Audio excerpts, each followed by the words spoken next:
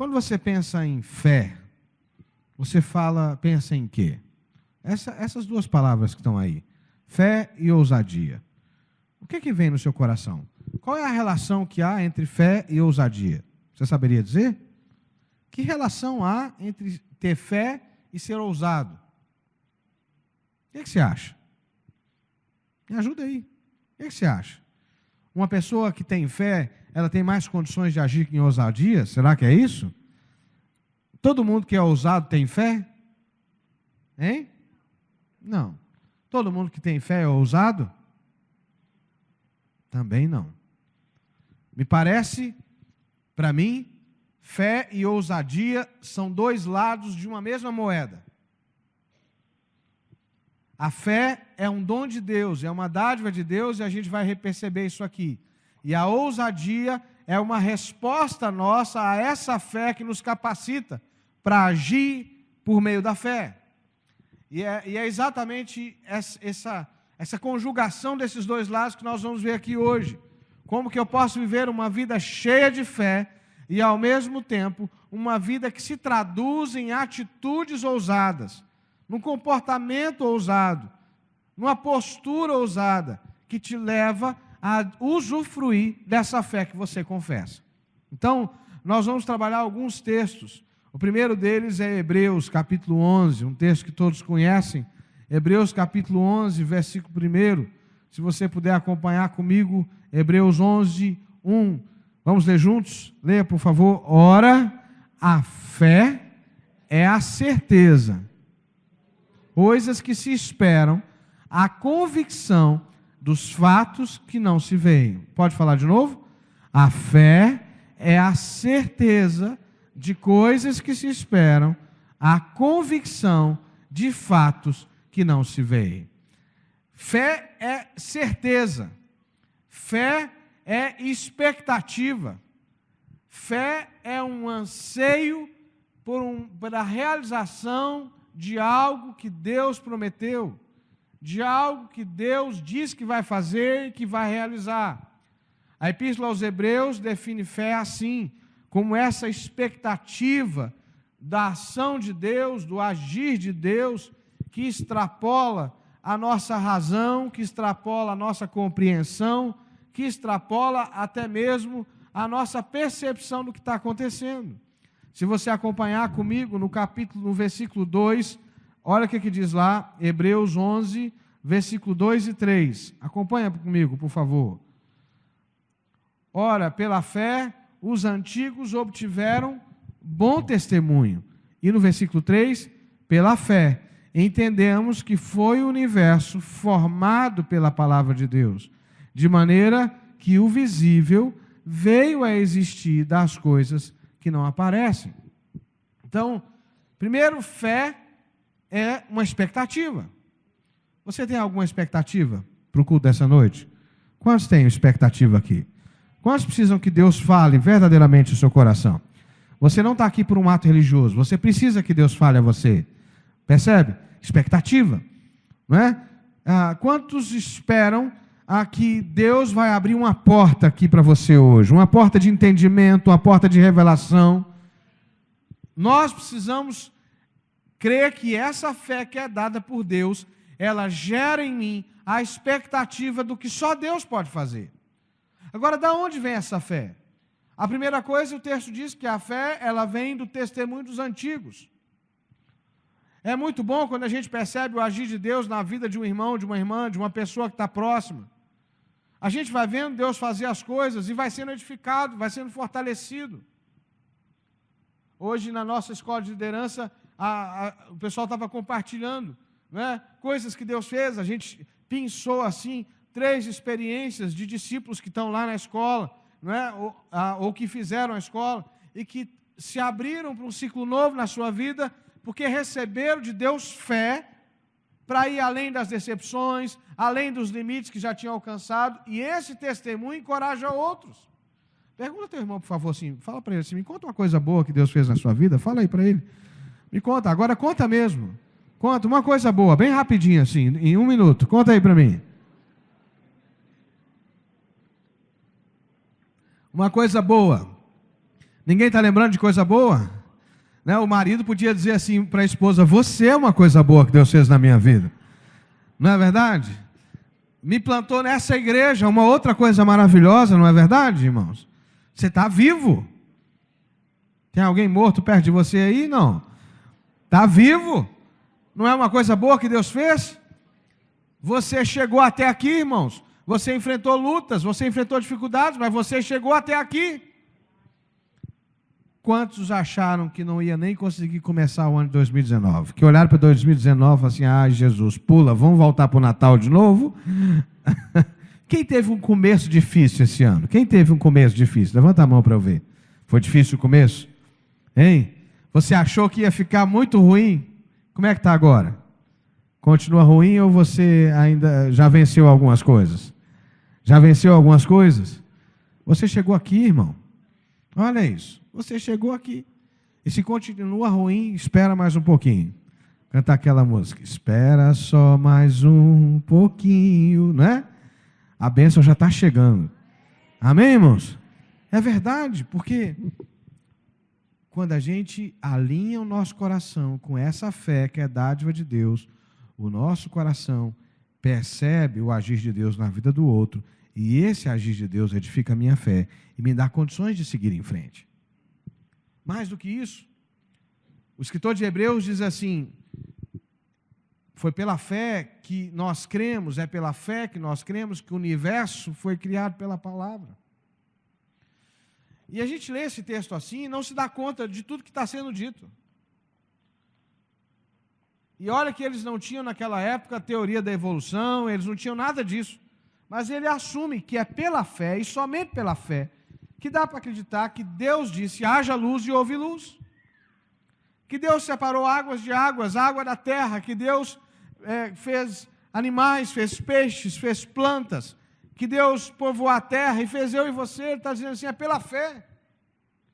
É pela fé que nós cremos, é pela fé que nós existimos, é pela fé que nós trabalhamos, é pela fé que nós chegamos até aqui. E é pela fé que o povo de Deus, um povo frágil, um povo cheio de dificuldades, peregrinou pelo deserto e chegou até a terra prometida. Mas é interessante que a gente olha para essa afirmação, que a fé, deixa lá para mim, Cristiano, que a fé é a certeza, Hebreus 11:1. A fé, 11:1, é a certeza das coisas que se esperam. E a gente logo acha que uma vida de fé é necessariamente uma vida de certezas. É muito fácil transformar a fé cristã numa espécie de roupa de super-herói, não é? Tem até um jargão entre a gente, né? Que a gente cumprimenta o irmão e diz: e aí, meu irmão, só vitória? Ele diz: olha para você, só vitória. Só que a gente sabe que no meio do caminho tem algumas derrotas, não é verdade? A gente sabe que no meio do caminho tem algumas frustrações, tem algumas perdas, tem algumas dificuldades, não é? Quando você olha o povo que respondeu, quando você pega Hebreus 11 e vai dar uma olhada na narrativa dos heróis da fé, quem são esses caras? Quem são os heróis da fé? A gente podia falar, por exemplo, de Abraão, que a Bíblia diz que Abraão creu e isso foi imputado como justiça para ele. Quem é Abraão? Abraão é um moço que mora numa família com a sua esposa já há muito tempo, não tem condições de gerar, não tem condições de ter filhos, e naquela tradição, não ter filhos era como não ter direito à terra, era como não ter direito à riqueza, era como não ter direito a produzir, porque vai produzir para quem? Essa era a mentalidade. Se você tem muitos filhos, então você pode possuir terras, conquistar terras. E Deus chama Abraão e diz assim: Abraão, vem, sai da tua terra, sai da tua parentela, eu vou te levar a uma terra que mana leite e mel, e vou fazer de você uma grande nação. E a gente olha para Abraão e diz assim: puxa, que homem inspirador, que homem fantástico. Ele obedeceu, ele largou tudo, deixou tudo para trás e foi. Só que na hora de ir, ele fez um acordo com Sara. Sara, irmão, devia ser, com todo respeito da palavra, um mulherão, né?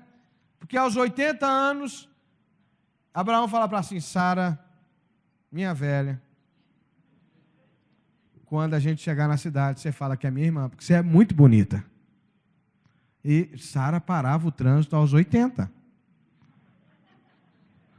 A ponto de chegar na entrada da cidade e todo mundo arregalar os olhos. E Abraão dizia assim, se você disser que é minha esposa, não que aos 80 a gente fique feio, não é nada disso. Não é? Mas ela diz assim, vão querer você, e se eu falar que é seu marido, vão me matar para poder ficar com você. Imagine, irmãos. Não é? E Abraão diz assim, então, Sara, a gente é parente mesmo, a gente é meu irmão, então você fala que é minha irmã. E ele fez isso algumas vezes. Onde estão as esposas bonitas aqui? Imagine, cadê as esposas bonitas? Só a minha mulher levantou a mão. Todas as outras esposas aqui, cadê as esposas bonitas aqui? Não é? Imagine o maridão aí, o varão, o homem de Deus, numa terra de luta, dizer para você assim, olha, na hora do desafio, tu é minha irmã? Hein? O que você ia dizer para ele? Hein? Tem gente que não ia nem ouvir nada, ia logo tomar uma burdoada, não é verdade? É, mas é o acordo de Abraão. E quem é Abraão, irmãos? É o pai da fé. Esse moço é o pai da fé. E tantas outras histórias. E Moisés, o libertador? Quem é Moisés? Moisés é o cara que diz assim, Senhor, não manda eu não, porque eu sou gago. Eu tenho a língua pesada. Elias, um dos maiores profetas da Bíblia. Como é que é o nome da dona lá? Jezabel, né? Ela mesma? Eu estou confundindo os nomes. Diz assim, ó, vou matar esse sujeito. Depois de uma batalha incrível. E Elias, ó, 40 dias e 40 noites. Quando a mulher fica brava, o negócio pode ficar muito ruim, né? Não é verdade? Tem marido concordando aí.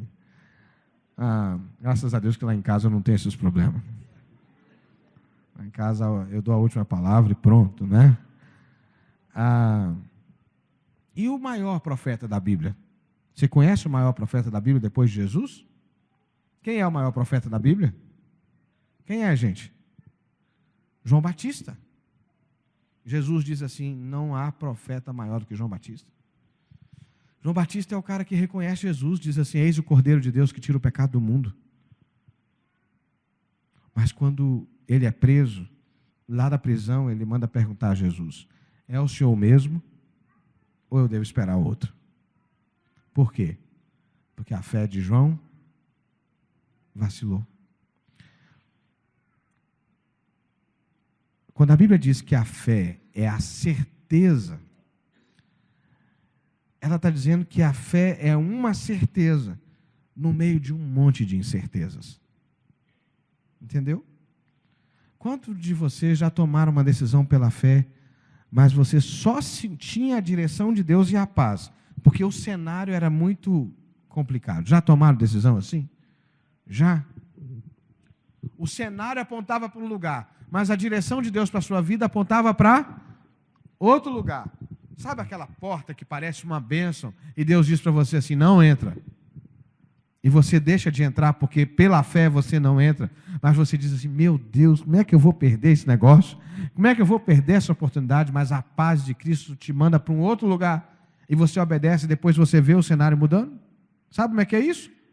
Porque fé é a certeza, mas não é necessariamente uma vida cheia de certezas.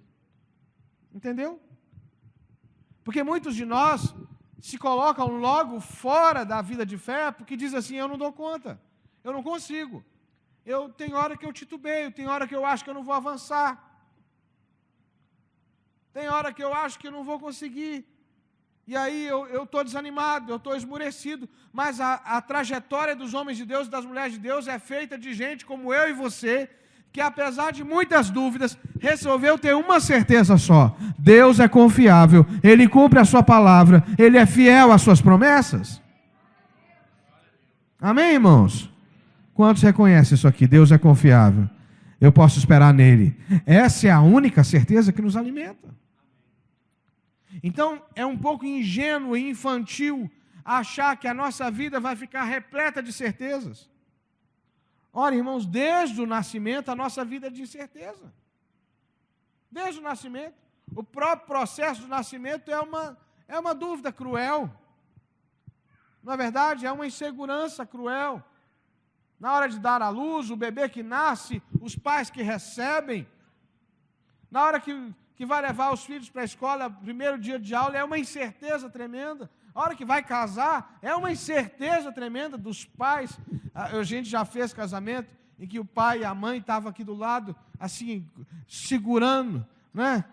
O meu sogro mesmo, né? Quando aconteceu um episódio no nosso casamento, que o meu sogro estava entrando com a Ângela pela igreja, segurando para não chorar, e aí o fotógrafo olhou e disse assim, está faltando alguma coisa.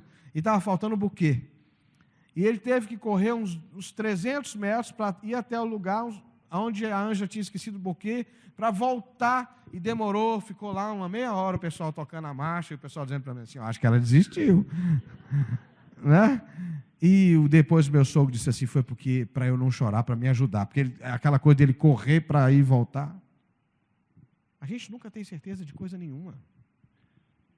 A melhor coisa da vida é amadurecer a ponto de descobrir que não dá para ter controle das coisas. Não é verdade? Porque quem precisa controlar tudo ainda não tem fé. Quem vive pela fé sabe que não dá conta de controlar tudo. Sabe que não dá conta de prever todas as coisas. Sabe. Mas tem uma certeza. O meu Deus é confiável. O meu Deus me sustenta. O meu Deus não me deixa confundido. O meu Deus é fiel à sua palavra. É uma certeza só. Você entendeu? A segunda coisa, irmãos, é que essa fé precisa ser traduzida em atos concretos. Tiago 2,17, se você puder me acompanhar, o que diz Tiago 2,17? Tiago 2,17 diz que a fé sem obras é morta. Vamos ler juntos? Assim também a fé, se não tiver obras, por si só, está morta. O que Tiago está dizendo? Tiago está dizendo o seguinte, não adianta dizer que é de Jesus e continuar levando uma vida sem misericórdia. O ponto de Tiago nesse texto é que tinha cristãos que se diziam crentes em Jesus e fervorosos em fé, mas eram incapazes de sentir a necessidade do seu irmão. E despedia o faminto com fome, o necessitado na necessidade.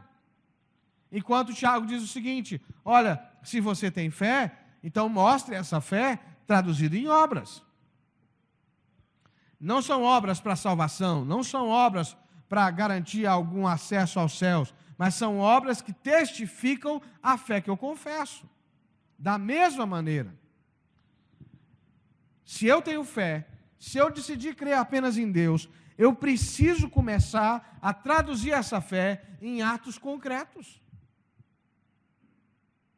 Eu preciso começar a traduzir essa fé em atos concretos de fé.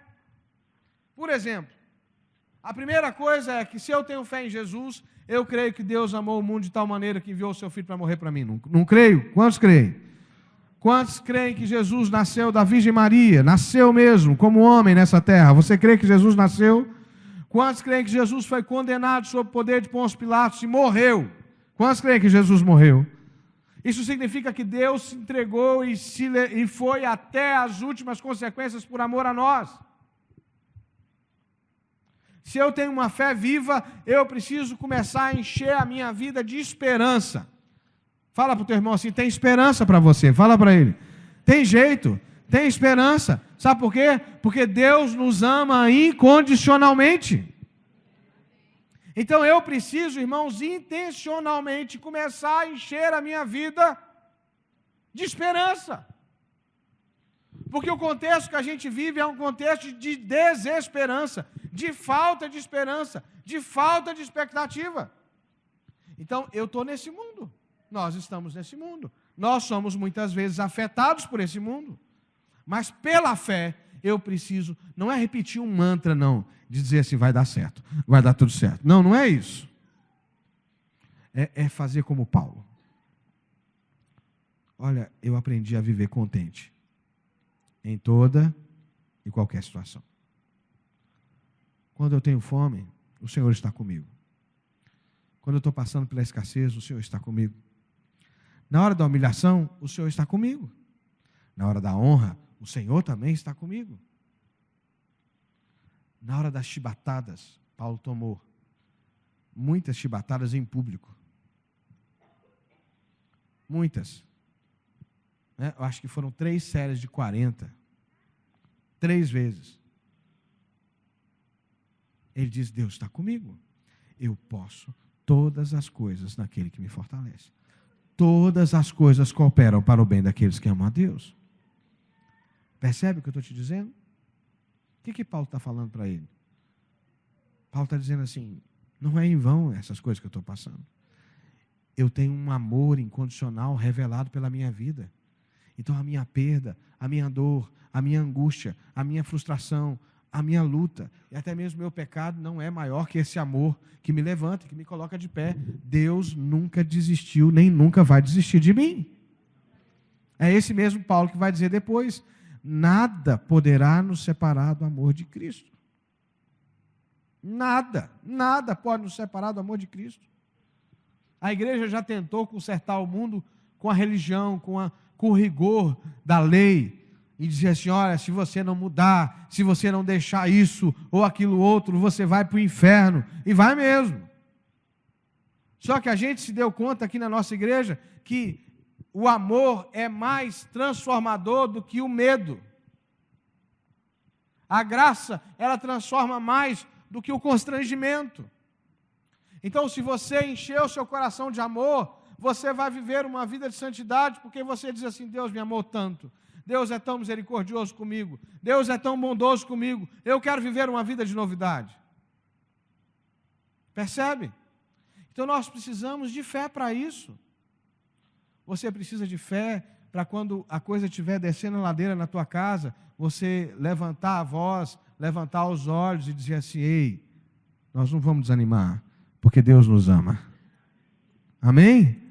Quando a situação estiver difícil, você precisa de fé para se levantar e dizer assim, eu sei que Ele me ama. O meu Redentor vive. Amém, irmãos? Faz sentido isso para você? Faz sentido? A segunda coisa é que a gente tem que ter coragem de se levantar contra toda força de morte. Porque se eu declaro que Jesus Cristo ressuscitou, eu preciso dizer também que eu não vou aceitar nenhuma força de morte me oprimindo. Que eu vou resistir toda a força que se levanta para me oprimir. Então, pela fé mesmo que quebrado, mesmo que o teu corpo... Outro dia eu disse isso para minha esposa, né? Uns dias atrás, eu passei dias de lutas espirituais, de batalhas espirituais, e eu disse para a Ângela, olha, o corpo e a emoção, disse para o pastor Hélio também, pastor Guto, o corpo e a emoção estão sentindo. Porque o nosso corpo e a nossa alma sentem. Porque Deus nos deu esse tesouro em vasos de barros. Mas o meu espírito está conectado com o Pai, e eu sei que Deus vai cumprir o seu propósito na nossa vida. Então, de novo, uma vida de fé e ousadia não é uma vida de super-heróis. Percebe? É uma vida que na sua fragilidade, você ousa se levantar e dizer assim, o meu Senhor venceu a morte. Então eu posso vencer essa dificuldade também. Então, meu Deus, ainda que, é isso que Paulo fala, ainda que o corpo se deteriore, ainda que a emoção sinta, o meu espírito está conectado com aquele que me ressuscitou. E nem mesmo a morte pode me separar do amor de Deus. Faz sentido para você? Quais são os outros atos de ousadia que você tem que ter coragem para fazer? Você tem que ter coragem para romper com o pecado? Você tem que ter coragem para dizer assim, eu não ando mais na prática do pecado.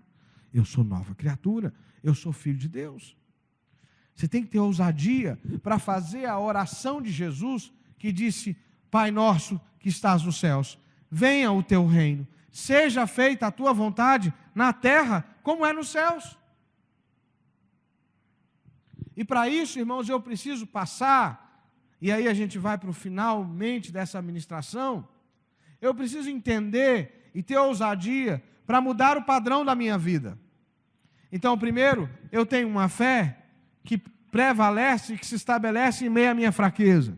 Segundo, eu tenho uma fé que me leva a atos concretos, porque a fé sem obras é morta. Em terceiro lugar, eu tenho uma fé que me coloca no elevador e diz assim, tem um padrão melhor, tem um padrão mais alto, é o padrão dos céus.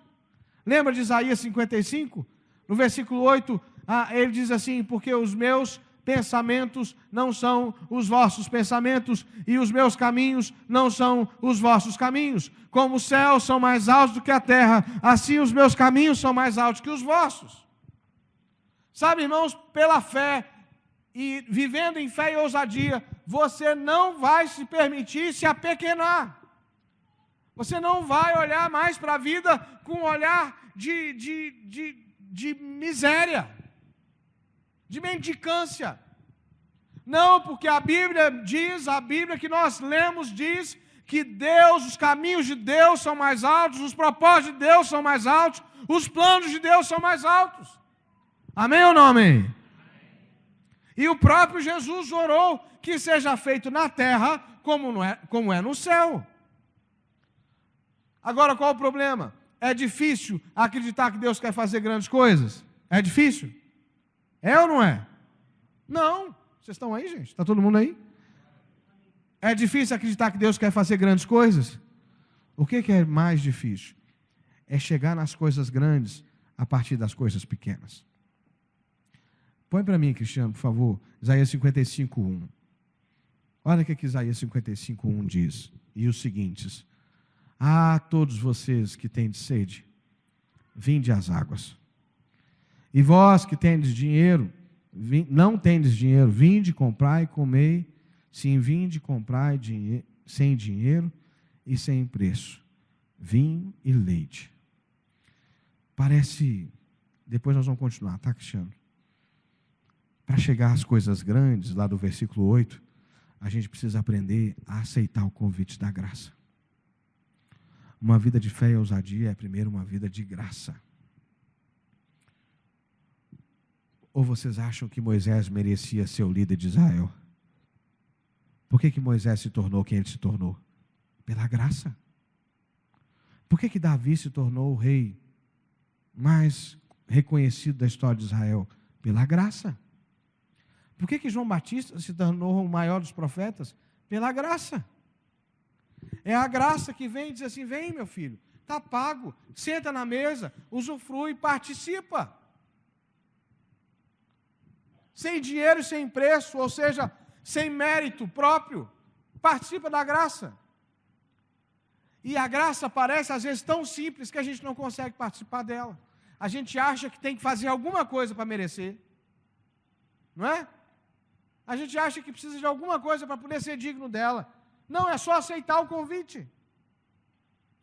Tem graça de Deus para a sua vida. E para fazer as coisas grandes, eu preciso começar pelas pequenas. Aceitar o convite da graça. Segue para mim, por favor, Cristiano. Versículo 2. Por que gastais o dinheiro naquilo que não é pão, e o vosso suor naquilo que não satisfaz? Ouvi-me atentamente, comei o que é bom, e vos deleitareis com finos manjares. Sabe por que às vezes nós não conseguimos prosperar para uma vida de ousadia e de grandes coisas? Porque a gente está gastando nossa vida em coisas banais. O nosso coração está em lugares que Deus não mandou a gente andar. O Senhor está dizendo, ouçam de mim, prestem atenção no que eu vou dizer para vocês, ouvi-me atentamente. Comei o que é bom e vos deleitareis de finos manjares. Não parece contraditório Deus chamar a atenção? Não parece contraditório Deus dizer assim para você, será que você tem um tempinho para me ouvir? Me ouve. Olha, você está gastando seus recursos que não são inesgotáveis, recursos que se esgotam em coisas erradas. Olha, meu filho, a tua paixão está no lugar errado. Olha, você está gastando sua vida no lugar errado. Eu quero te levar para fazer coisas grandes, mas será que você consegue me ouvir? Ou a tua fome por realizar suas coisas é tão alta e tão grande que você não consegue parar para me ouvir?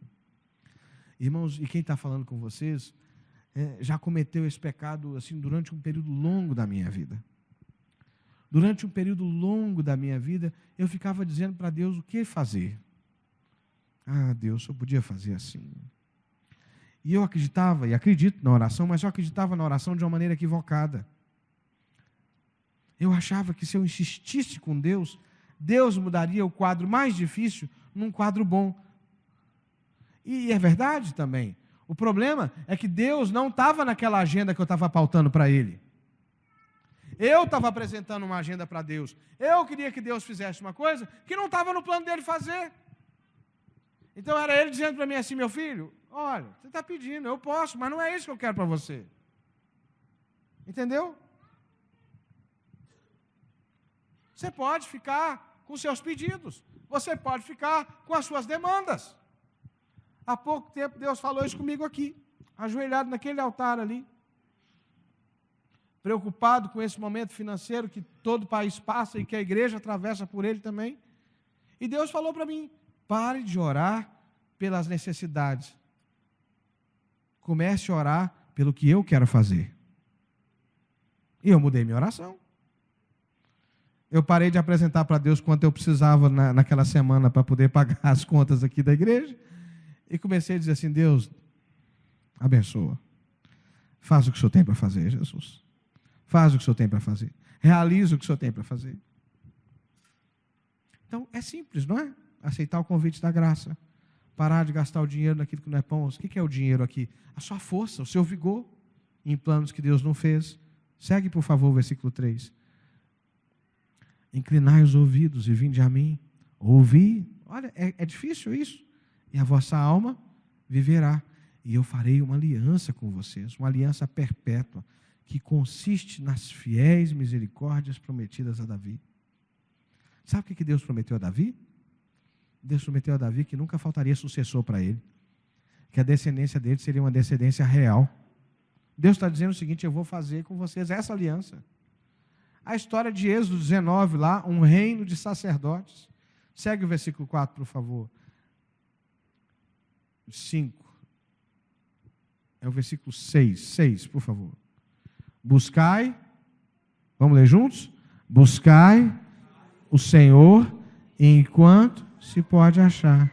Invocai-o enquanto está perto. É complicado isso, irmãos? Mas quantas vezes a gente ouve na igreja que a gente tem que orar? Não é? E eu me dei conta que durante muito tempo a gente ensinou isso errado na igreja. A gente ensinou as pessoas que eles tinham que ter uma vida devocional. Eles têm que ler a Bíblia. Eles têm que orar.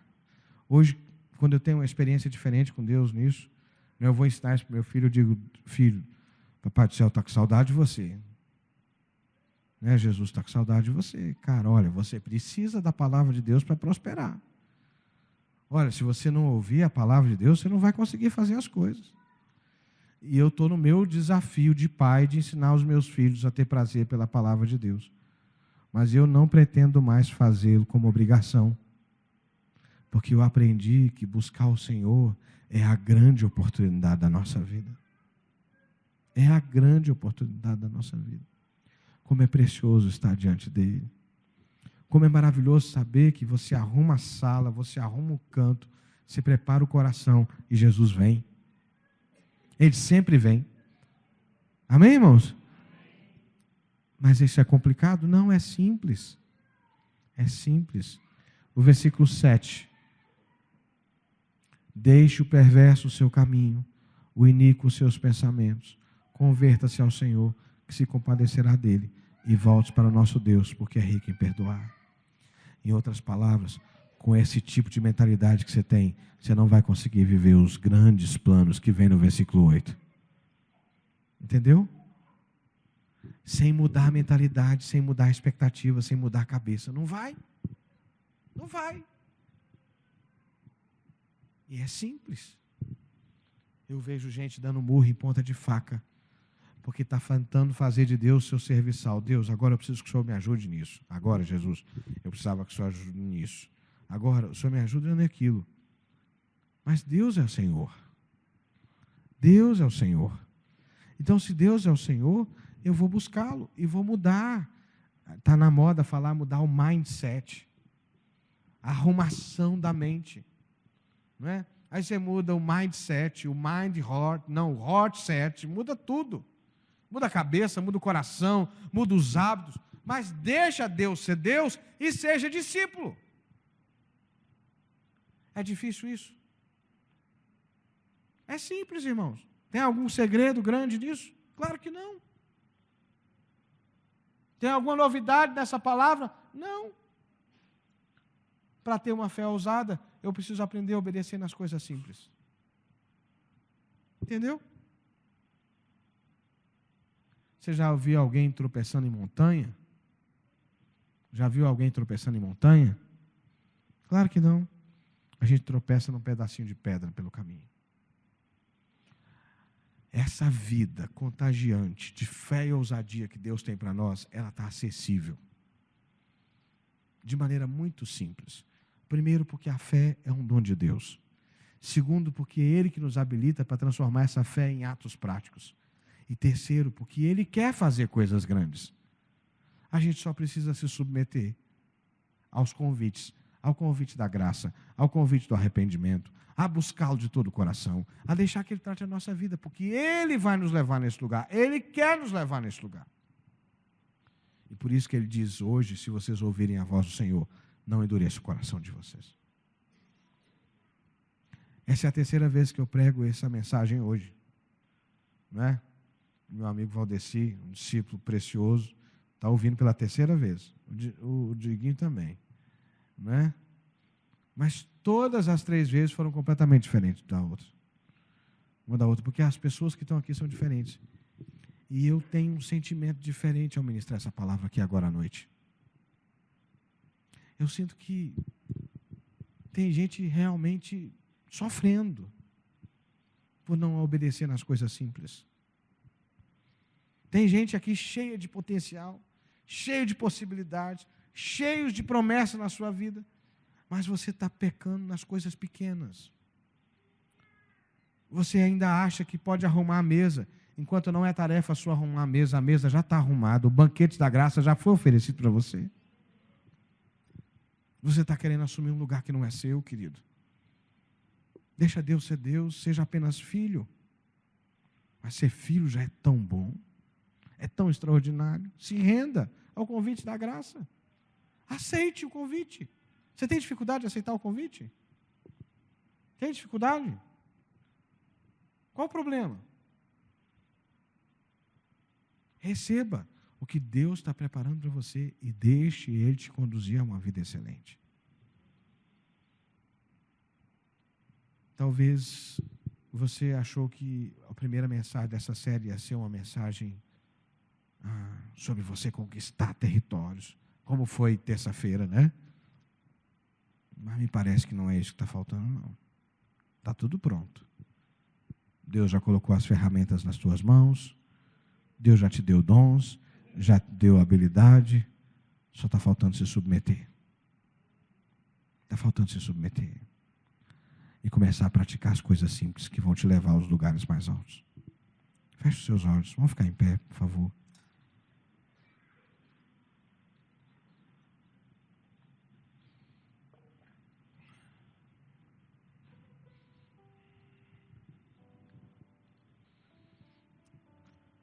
A minha impressão é que Deus está falando muito claramente para algumas pessoas aqui. Deus está falando muito claramente para algumas pessoas. Pessoas que têm começado e parado no meio. Pessoas que olham para trás na sua vida e não conseguem perceber uma evolução. Porque você não tem dificuldade de sonhar alto, mas você tem dificuldade de subir a escada que Deus tem para você. Você dá um passo, aí você para no meio, se desvia, perde o foco. Aí daqui a pouco você está no primeiro degrau de novo. Chegou, está na hora. Está vendo a foto lá, ó? Chega de andar de rodinha.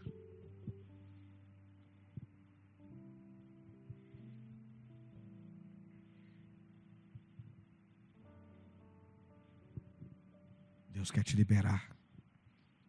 Deus quer te soltar. Deus quer te soltar. A rodinha te limita. Mas você precisa prestar atenção no que Ele está falando com você. Você precisa submeter o seu coração a Ele. Então, querido, hoje é dia de você dizer assim: Deus, eu me rendo. Eu me rendo. Eu não preciso de tudo isso que está à minha volta. Eu só preciso de uma coisa: confiar que o Senhor governa a minha vida. E que o Senhor está preparando o caminho para mim. O Senhor está preparando o caminho para mim. Ah, meu Deus. Há um ambiente aqui. Algumas pessoas estão sendo desconstruídas, literalmente desconstruídas. Está doendo para algumas pessoas ouvir essa palavra.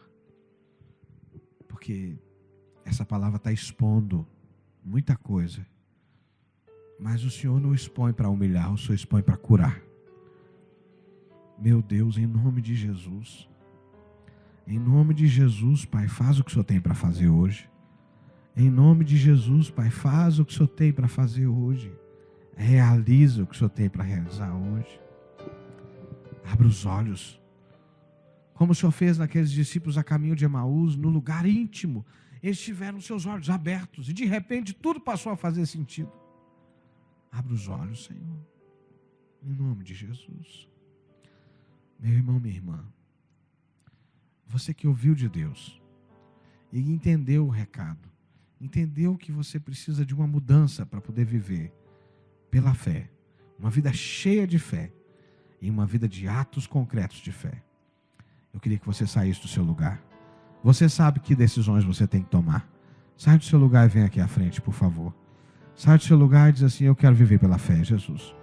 Eu renuncio às minhas estratégias. Eu renuncio os meus jeitinhos. Eu reconheço que o Senhor não precisa da minha ajuda. Vem cá, querido, vem. Você que está visitando a igreja, mas você que também já frequenta aqui há muito tempo. Vem aqui, vem.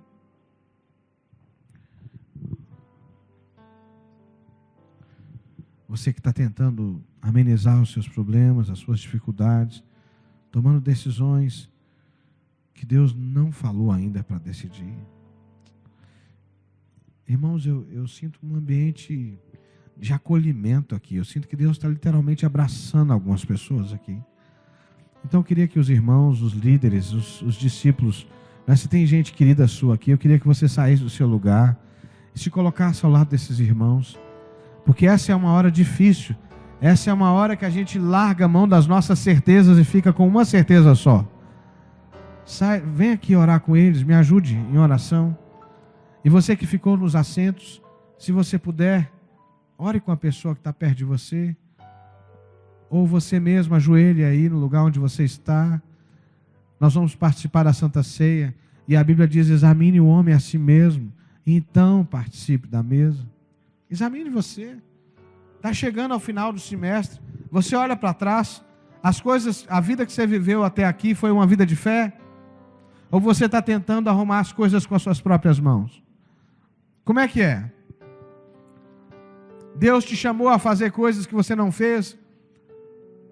O que precisa para você ir até aquela pessoa e liberar perdão para ela? O que falta? O que falta para você queimar o seu passado? Ou seja, essa história que te magoa, que te chateia, que te humilha, o que falta para você sentar fogo nisso e acabar com esse passado que te atormenta? O que está faltando, querido, para você sair desse teu lugar, sair da zona de conforto, sair desse lugar confortável para você e caminhar na direção da promessa? Hoje é dia de dar passo de fé. Hoje é dia de avançar na direção da promessa. Ah, meu Deus, meu Deus, meu Deus. O Senhor está tratando no profundo aqui hoje. O Senhor está tratando no profundo de algumas pessoas aqui. Pessoas que têm tudo para explodir, mas que não têm uma vida devocional, que não encontraram prazer no Senhor ainda. O Senhor está dizendo, olha, Senhor, você pode prestar atenção em mim, querido. Olha, se você ouvir, eu tenho coisa preciosa para te falar. Oh, meu Deus, tem gente aqui que tem sonhos, que tem coisas grandes para fazer, mas está carregando pecado, escolhas erradas, mágoas, ressentimentos, comportamentos inadequados. Oh Deus, o Senhor está dizendo, eu sou rico em perdoar, eu quero te perdoar, eu quero te restaurar.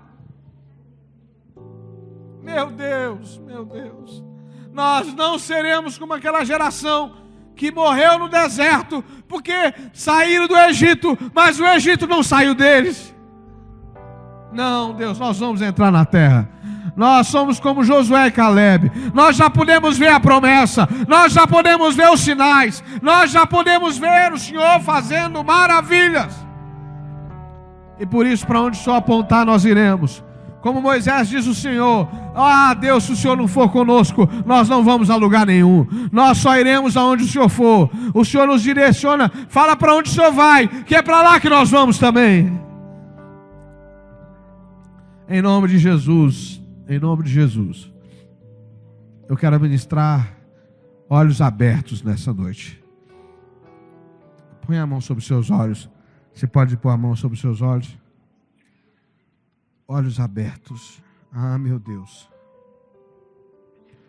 Abre os nossos olhos espirituais, meu Pai.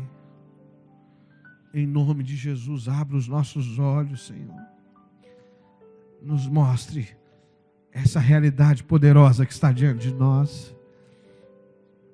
Nós estamos prestando tanta atenção nos inimigos, nos problemas, mas o Senhor está do nosso lado. Meu Deus, nos ajude a ver o Senhor. Não nos deixe ser como aqueles discípulos a caminho de Emaús, que o Senhor estava lá fazendo o coração arder, mas eles não reconheciam que o Senhor estava lá. Meu Deus, abre os nossos olhos, abre os nossos olhos, abre os nossos ouvidos. Meu Deus, amolece o nosso coração para a Tua palavra. Em nome de Jesus, hoje, faz o que o Senhor fez com o apóstolo João. Leva-nos ao andar de cima e mostra-nos os Teus segredos, mostra-nos os Teus planos, mostra-nos os Teus propósitos. Nós renunciamos os nossos sonhos em função dos sonhos que o Senhor tem para realizar na nossa vida. Em nome de Jesus. Em nome de Jesus. Em nome de Jesus. Em nome de Jesus. Você pode se levantar, por favor, no lugar onde você está. Coloque a mão no seu coração. E diga comigo assim. Diga comigo assim: eu creio no Teu amor, Jesus. Por isso eu quero uma vida de esperança. Eu creio no Teu amor. Deus, eu creio na Tua misericórdia. Por isso eu quero uma vida de quebrantamento. Diga para Ele: Deus, eu creio nos Teus planos. Por isso eu quero uma vida de dependência de Deus. Me dê fé e ousadia para viver os Teus sonhos. Em nome de Jesus. Amém. Você entendeu? Mas eu quero voltar ao início com você.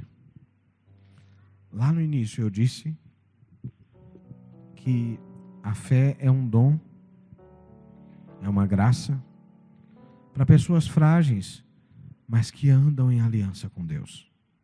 Entendeu? Você sozinho não consegue viver pela fé.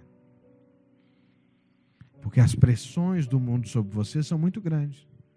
A pressão dos problemas, a pressão das dúvidas. Quem já viveu uma dúvida que fica ali, olha, a noite inteira, o dia inteiro, meses inteiros, perturbando a sua alma? É horrível. Mas se você tem aliança com Jesus, a hora que esse ciclo começa a entrar em função, Jesus meio que aperta a sua mão e diz assim: opa, estou aqui, filho, olha para mim.